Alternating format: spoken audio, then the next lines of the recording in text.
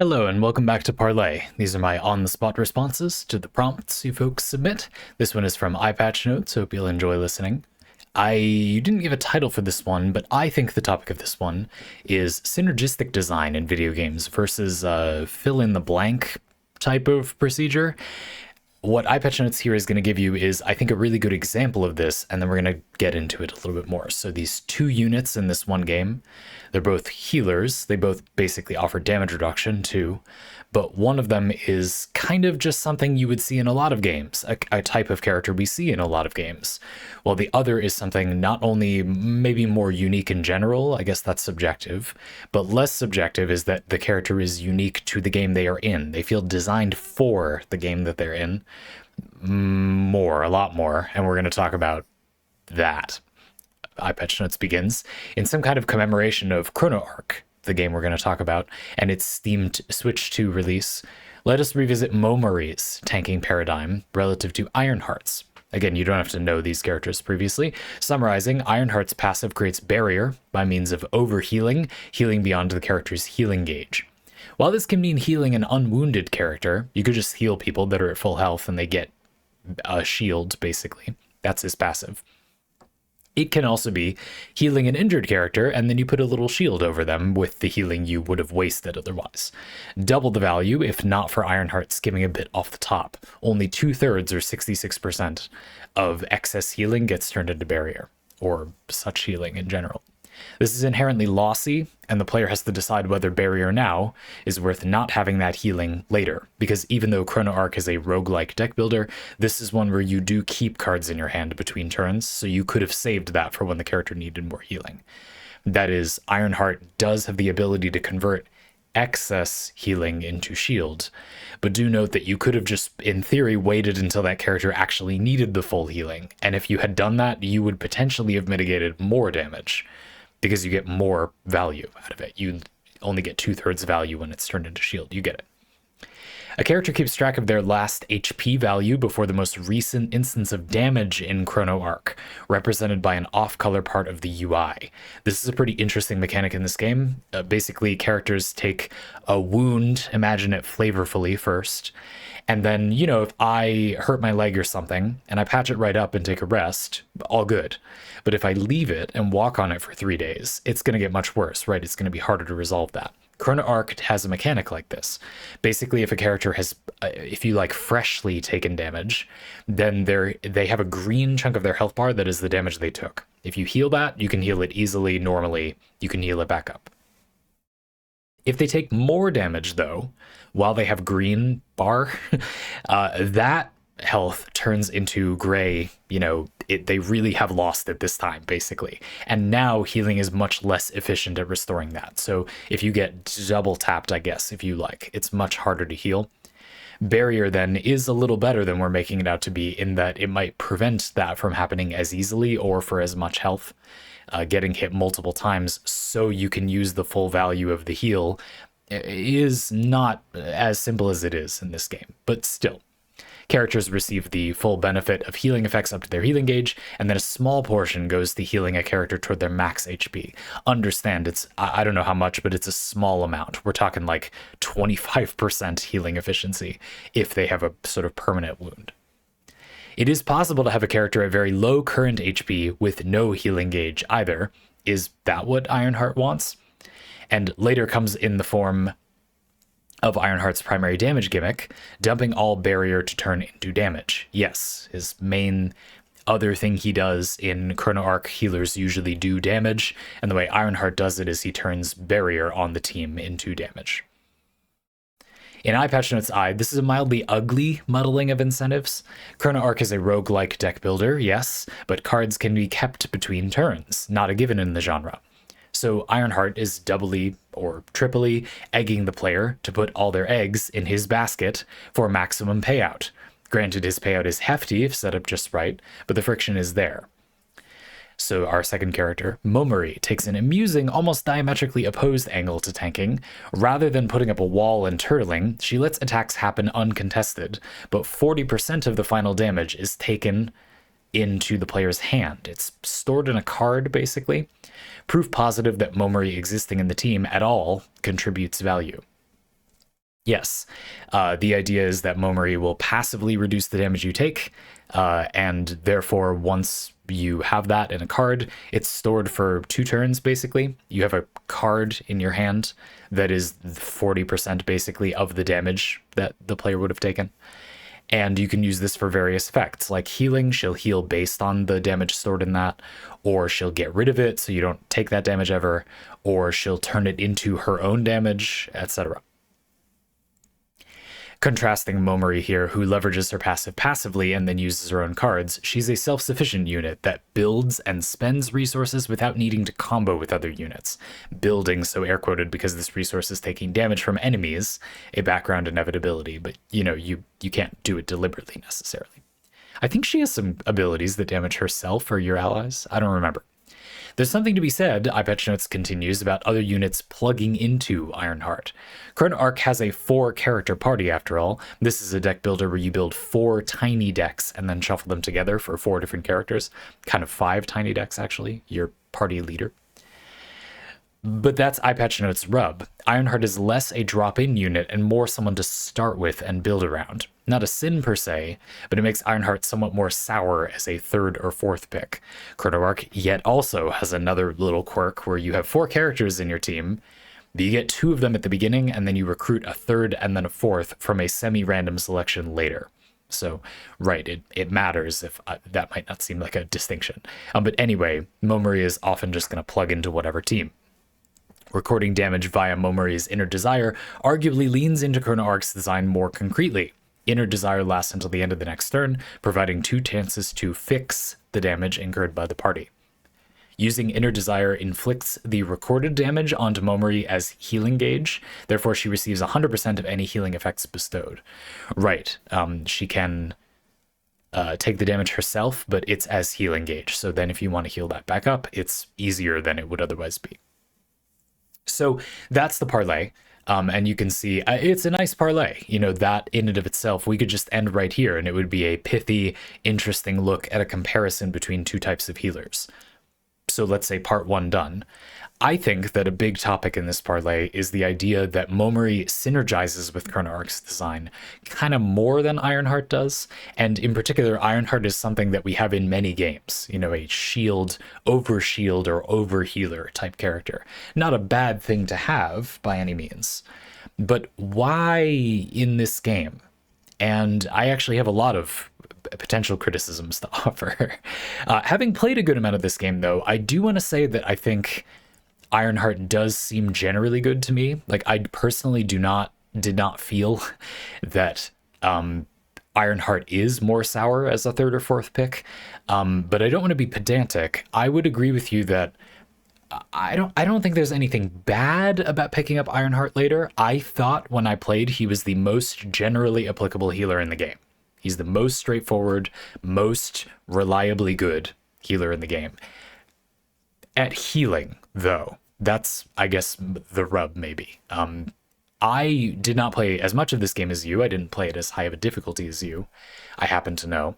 And while he always felt like he would do the job, I definitely don't think that meant that he got his payoff, the big damage from Barrier. So I absolutely agree with that part. This is an interesting case, as is often the case, where on paper we disagree, but I agree with everything you've said. You know what I mean? So I don't know. He is kind of a design, and there's not a huge amount, in my experience, of Barrier mechanic stuff in the game. It's maybe slightly under fleshed out in my experience part of the game. So I don't know, that it could just be my experience, but I get what you're saying. It's, as in many games, the topic I want to get into in this next section is that it often feels like the designers could have done more to think about what kinds of designs would be good in the game, rather than just kind of what can possibly exist and then we'll just fill the space, which is why I said fill in the blanks. It's a little harsh. I think that's a little harsh, but I do think that it is somewhat true of a lot of games. It kind of feels like, especially in build systems, for a variety of reasons, the designers feel a need to just put in as much as they can, and it doesn't often feel like they rejected as many ideas as maybe you could. Now, I don't know. Chrono Ark, it's a tricky one where this game does do a good job not having a huge cast for no reason. I think many of the characters are pretty obvious things to do in the game. So, just as an example, there is a pair of characters that have to be run together to do their full thing. That's interesting. That's some design space. An immortal character, but who doesn't, contribute in the same way to the team. That's interesting. We have a character that kind of heals and does damage by putting her doll on different targets. And so she's sort of an enchanter style healer. There's a really interesting healer slash damage dealer who's like status effect focused. So he'll debuff or stun enemies and do poison damage. But then his raw healing is more like regeneration and stuff. And he doesn't have this kind of damage reduction a lot of these characters do.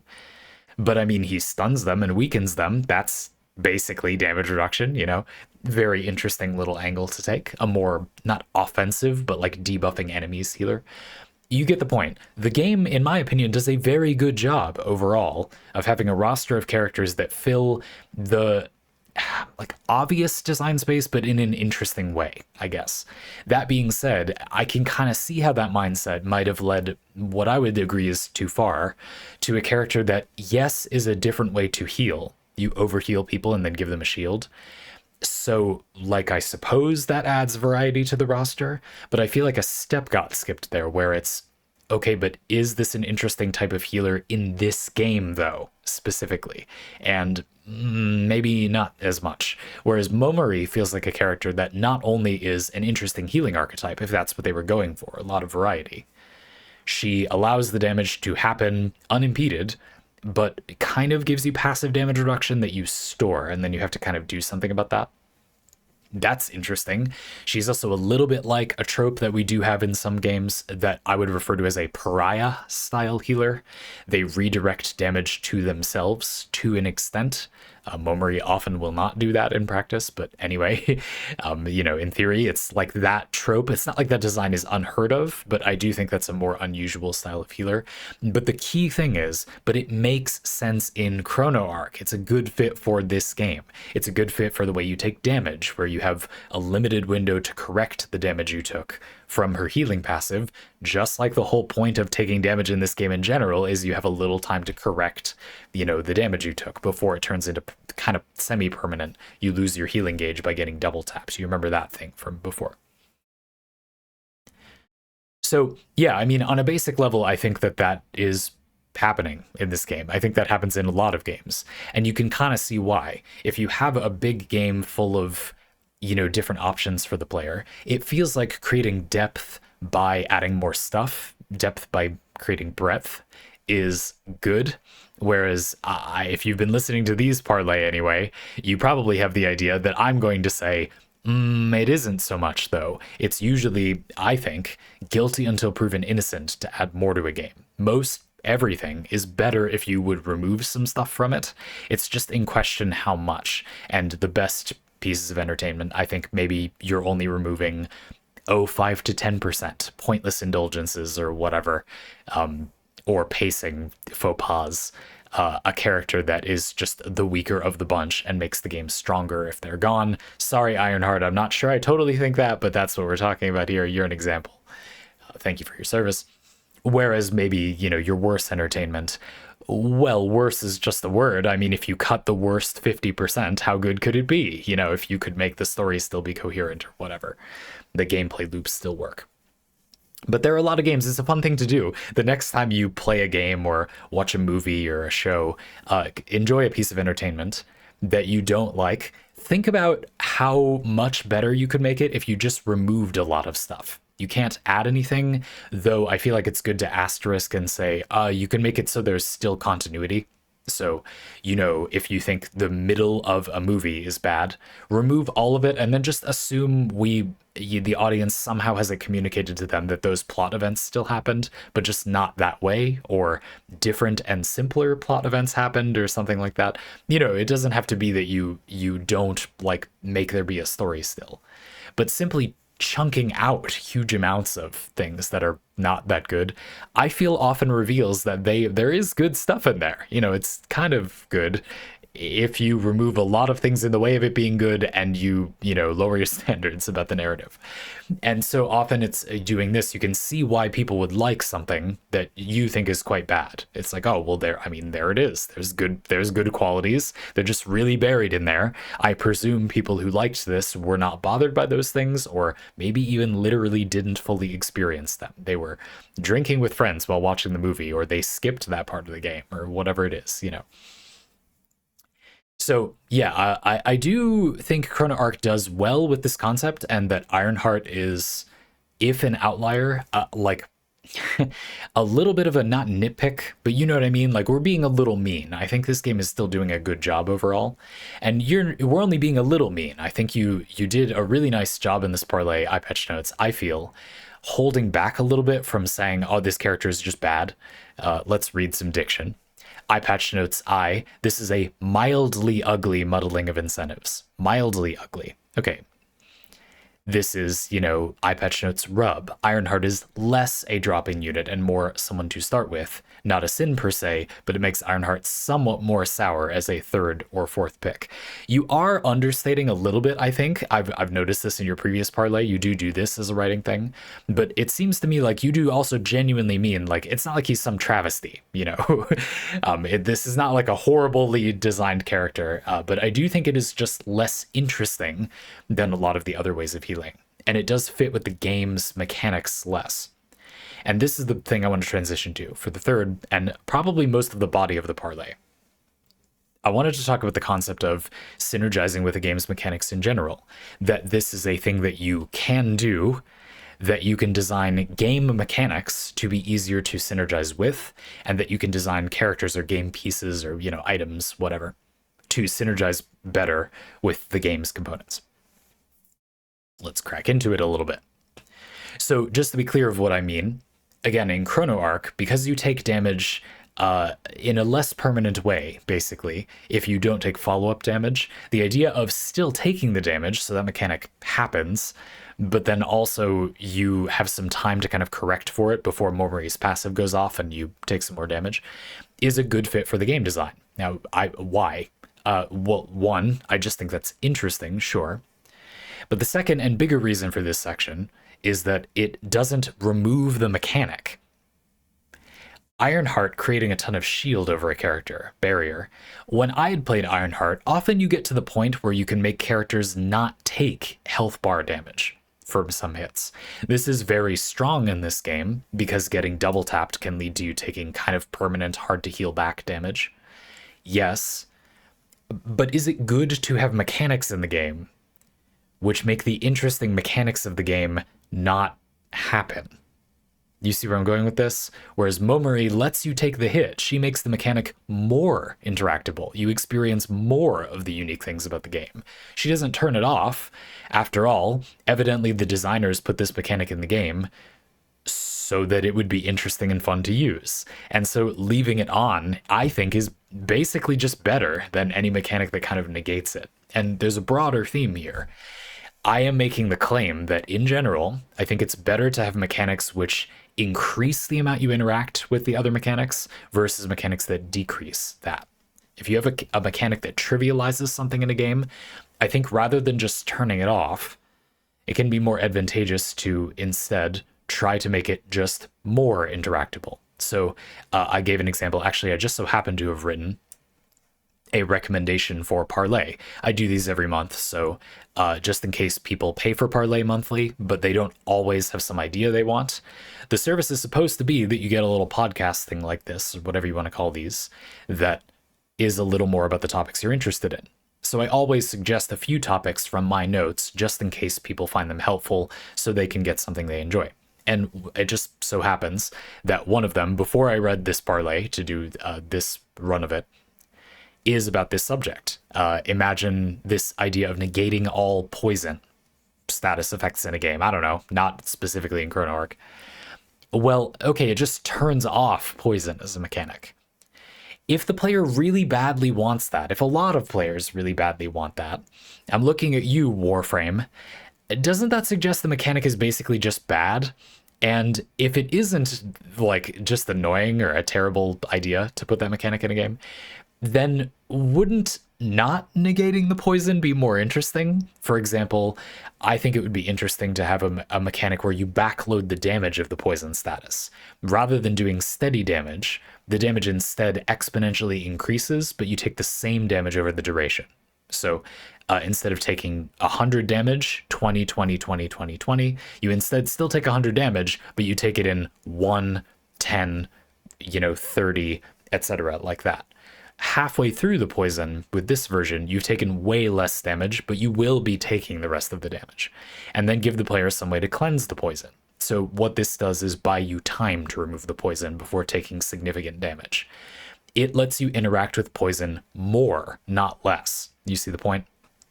Going back to Chrono Ark, so Ironheart giving you shield makes you interact less with the mechanic of taking health damage, and then you have to fiddle with that.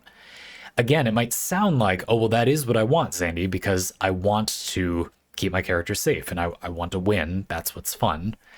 But again, I'll challenge you. It's not fun to just win with absolutely no resistance after a very short time anyway. A lot of people like that sort of, I call it a raw power fantasy. You literally just dominate everything and meet no resistance. But I hope we can all agree that that isn't interesting to a growing up person for very long. That's something that can be liberating and interesting to experience initially, but is not going to remain interesting for very long in most games. And so surely that means meeting some resistance is good, right? And if that resistance is interesting, that's better, right? So then trivializing the resistance seems bad to me. That's how I would lay out that part of the argument. Devil's advocate section. But Buildcraft is kind of about building your own experience to an extent. I've suggested previously that Buildcraft is useful to think of as a little bit game design. Not just customizing your experience in the game, but a little bit kind of inventing things that were not previously in the game previously. Kind of like a settings menu, a double use of the word previous. And I think that this is a good use of that. Trivializing a mechanic the player just hates is fine. That's fine. Now, I would propose a middle ground where you make anything that just deletes a mechanic from the game, like, pretty expensive. Expensive in terms of opportunity cost in the build system. So if you have this enchantment from before where you just negate all poison damage in that example, I'm imagining that ought to be pretty costly to equip. And it's interesting, I took a jab at Warframe, which is a similar, there's an arcane that negates all poison. But nowadays, arcane slots are actually pretty contested. There's a lot of opportunity costs. So that's probably sort of fine now. And there are other ways to kind of get poison damage reduction, for example. Sort of. And then you can get that roll mod that when you do a dodge roll, you get invulnerable for a sec, but you cleanse status effects. Kind of, like, I remember doing that and surviving that way against poison when I played Warframe, and I remember using the arcane that just turns off poison as well. You know, you get it. So I don't know. I don't necessarily think it's bad for them to be in the game at all, but definitely Ironheart is a full character in the roster of the game. You know, that's not the same thing as, oh, you put on a mod that maybe trivializes this mechanic or not. I would say then that I feel like having a character that can do this thing is maybe a good thing in general, but it's not a good thing for that to be a core game piece of the game. If the game had 3 weapon options and one of them just deletes this whole mechanic, I don't know. I think this is a benefit of build systems, is that they allow you to include these things and not necessarily even have them be a big part of the game. I'll give you another weird little example. I've been playing a lot of Pokemon TCG Pocket, and in Pokemon TCG Pocket, there are 3 tiers of Pokemon, basically. You win this game by knocking out 3 of your opponent's Pokemon, but there are EX and Mega EX Pokemon. Knocking out an EX Pokemon is worth 2 points, and if you knock out a Mega EX Pokemon, you win the game on the spot. You get a full 3 points. So if you play Mega EXs in your deck, you need to be careful, because although they are stronger, if you lose just one of them, you lose the match, whereas normally some Pokemon can faint and you don't immediately lose. There's a card in the game called Oricorio. This is for people who play Pokemon more. This is Pom Pom Oricorio. Oricorio is a little weird and has a bunch of different versions. This is Pom Pom Oricorio. And this card has the effect of being immune to the attacks of EX and Mega EX Pokemon. It simply doesn't get affected by them. It doesn't take damage from them, etc. It is people who play TCG Pocket, give me a break here, but it's like mostly asterisk immortal against EX and Mega EX Pokemon. Understand, this is in the game as an electric type Pokemon, and there are like 10 types, and most decks cannot field electric energy. Now, it's not unheard of for people to play an Oricorio, a Pom-Pom Oricorio, as a way to kind of like stall against EX Pokemon without being able to use its attacks, which require electric energy they might not be running. People do include it more often than just like in electric decks, and there are electric decks that don't include it. That being said, it's monumentally more common in those decks, right? Where you can actually, looks at yellow shirt, use it. Just the existence, though, of Pom-Pom Oricorio being in the game means that when you make a deck, a lot of competitive players, and I've felt this pressure myself, you want a way for your deck to kill a Pom-Pom Oricorio a lot more than you actually will kill a Pom-Pom Oricorio with that mechanic. Having the card in the game, but it's like not very strong and is basically just terrible if they're not running, you know, EX stuff, or if they have a good way to kill it. But if it's a really good fit for your strategy, then it can be really good, is a very interesting way to kind of hang a hat over that part of the game and say, you will now be thinking about decks in this interesting way. It encourages players to build decks that are a little less greedy, have a few more concessions made to the opponent, which usually leads to more interesting decks, in my opinion, and more interesting matches, without actually requiring you to deal with Oricorios that much. That's the key thing. Again, Momori probably isn't going to result in you actually taking permanent health damage more often. She increases how much you can interact with the permanent damage, basically semi-permanent damage mechanic, not decreases. But in Chrono Ark, it's a threat looming over you, and that makes taking damage interesting. You kind of want to not bum rush the enemy and try to kill them as fast as possible. Racing enemies in Chrono Ark is kind of a bad strategy in a way it wouldn't otherwise be, because if you take damage and then they hit you again, you kind of have taken super damage for part of your health. So the game already wants you to take damage, live in a tense space where you choose whether to top it off now or keep doing damage to them, and kind of always be in this one step forward, one step back shuffle with the enemy to sort of manage your resources. At least that's one way to think about it. So I hope you see my point. Momori makes that continue to happen more. It's not particularly important, in my opinion, that she then doesn't cause you to actually take permanent damage, like very often. Necessarily more often. She's a good unit and a good healer who will probably prevent that from happening. But the point is, you actually use the mechanic, right? Same thing in the TCG Pocket example. You care about Pokemon that have the ability to deal with Oricorio more than you actually need to do that thing. So it's not actually that much of an annoyance that the challenge is there, but it adds texture to the game that wouldn't have been there previously, and Ironheart arguably lessens this texture. Does that make sense? That's my thesis for this parlay. That's most of what I have to say. I just wanted to say some things about ways to put this in games. I thought that would be interesting. But I would say that's mostly the parlay. Yours is a shorter one and without a lot of direct questions. So I thought I would spend some time just that's related to what you're thinking about, I think. I hope that part was interesting. EyePatchNotes. So briefly, just some brainstorming about how you could add this into games. Well, the first thing is that I think a lot of people are a little afraid to do something derivative, creatively in general. They think and say things like, oh, this story has been done before. This plot has been done before. It doesn't really matter. Yeah, it has. Very recently by a successful other writer who isn't afraid of doing it again, because it's more important that you do it the way you would do it. You know, we don't really care that it's Star Wars or The Lord of the Rings again or whatever, as long as it's your way of telling that story. That's completely fine. And I think as an artist, you are sunk immediately, dead on arrival, if you are not willing to accept that yeah, the what of your story, the premise of your story, this is a fundamentally uninteresting thing once you get into really interesting entertainment and art, because they've all been done and it really doesn't matter. It's more like a marketing hook, really. The premise of most stories just doesn't really matter most of the time. And the way to make it interesting is simply to have it be in your setting. Yes, there's an omnipotent, evil, magical ruler, but like, what is this city like? Like, how specifically do they rule? What fantasy races and what tension is created by them are in your setting, etc.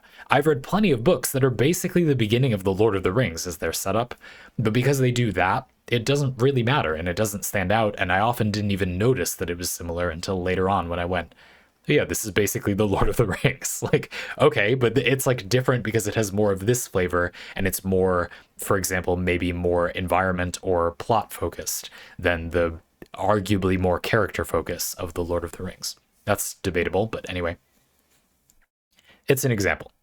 And so I think that while it is a good instinct to think, oh, it doesn't really matter like that I did something familiar, it just matters that I do it in a different way.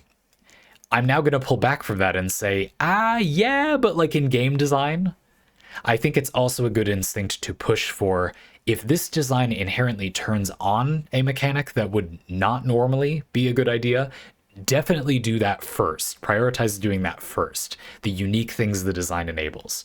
It's such a joy when you watch like a show or read a book when the power system enables very specific things and the show focuses on them. I'll just give you a simple example. In Soul Eater, people fight by being a pair, a Meister, person who's good at fighting with weapons, a martial combatant, and a weapon. These are literally just people that can turn into weapons, like not a mix of a person and a weapon. They just turn into the object that is a weapon. So Soul turns into a scythe. Tsubaki turns into a kusarigama. Like they just become that object. It's not really like a special version of the object. It's basically just a normal scythe or a normal, well, she can change into different forms, but a normal kusarigama. I know that's weird, but that's how it works, okay? This Meister weapon. If you have that system, immediately I want to be asking, what if you have two weapons? Can you do that? What are the drawbacks of doing that? And the answer is, one of the three principal protagonists dual wields. It seems like it takes more energy, but he, for various reasons, has way more of it, an excess of it, and also has a other reason, if you've watched Soul Eater, to want two weapons. I'm sure everybody who's ever watched Soul Eater immediately knows what that is. And so for this reason, he has two. And there are also other advantages to having two weapons. For example, there's nothing stopping a weapon from using a weapon if they go human form. So a lot of scenes, that character does a really cool thing where he'll, for example, maybe they get separated, and then one of the two weapons turns into a weapon form, and the other weapon person simply uses the weapon themselves. They're not as good with it as he is, and they can't dual wield like he can, but they can still, like, attack, you know? There's also an interesting scene where he has to steer a vehicle, and so one of the weapons turns back into human form, gets on his shoulders, and shoots the other weapon for him, like a turret. These are not just fun, cool things, but they're also things that are unique to explore about the setting. They're things about this power system that wouldn't be the case if they were normal weapons, or if they were not a mix of a weapon and a normal person, or if they were a sentient weapon that could attack on its own. These are things specific to doing it this way. Pretty cool.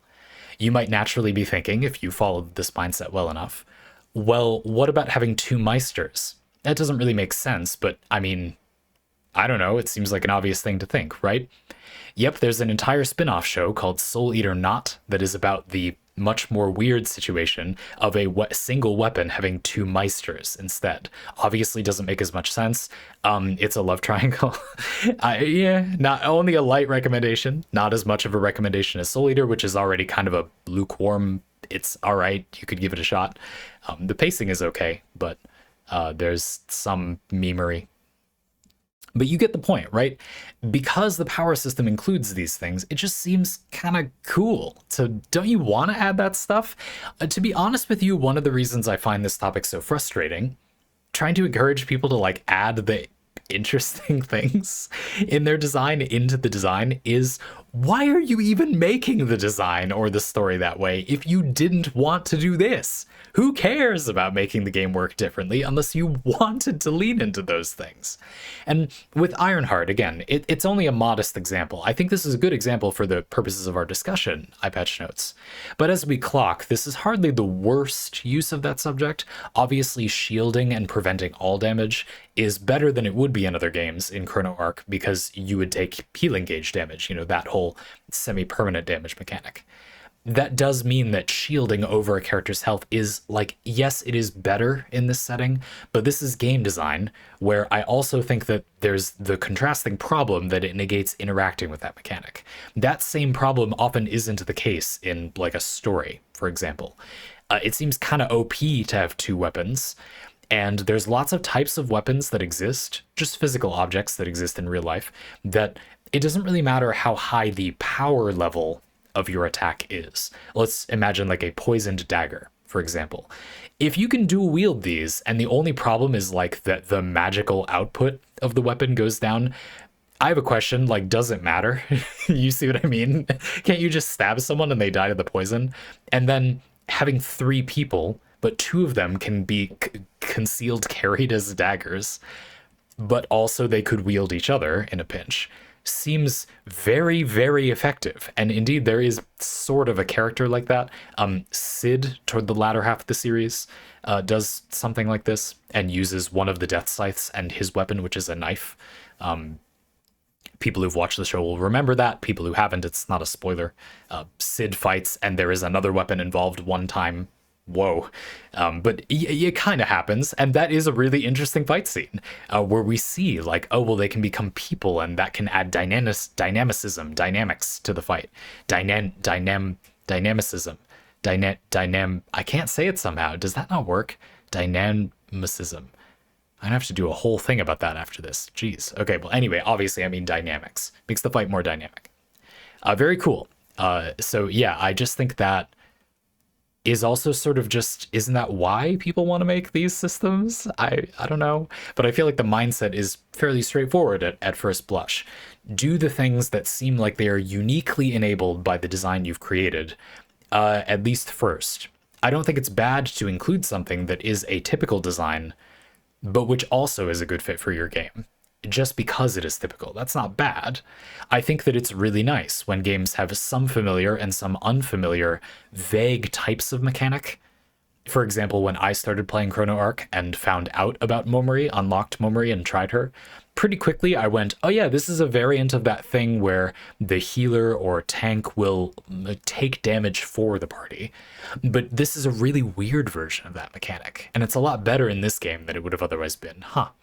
That's interesting. And I liked that about that. It being a little familiar was not bad.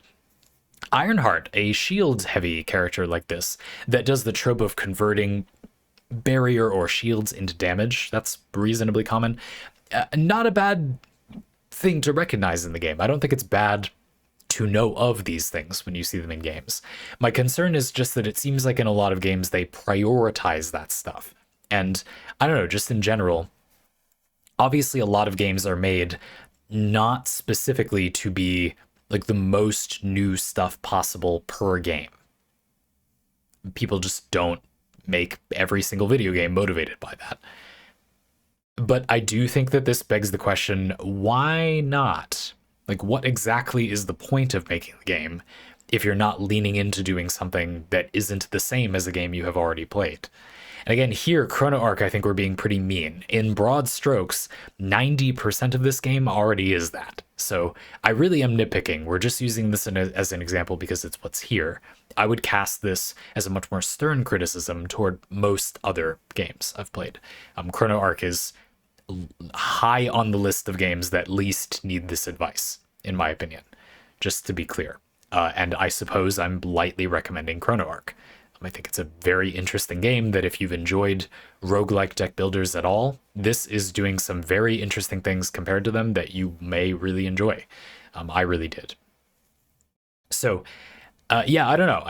I want to understand more why more games don't seem to lean into this, or is it really just that hard for them to come up with stuff? I don't know. I hope you enjoyed this parlay. This was a fun one. If you want to get your own like this, you can do that in the description. It's quite fun when they're like this, where you kind of shared something interesting and a useful example with me, but I have some time to sort of extrapolate as well about, well, what implications does that have for general game design? So I hope that was an interesting format, but you can do it all sorts of ways. You can write one that takes the whole time. You can write one that's one sentence and have me do this for the entire length of the parlay, either extreme or this more middle ground. Looking forward to it. Looking forward to the next one.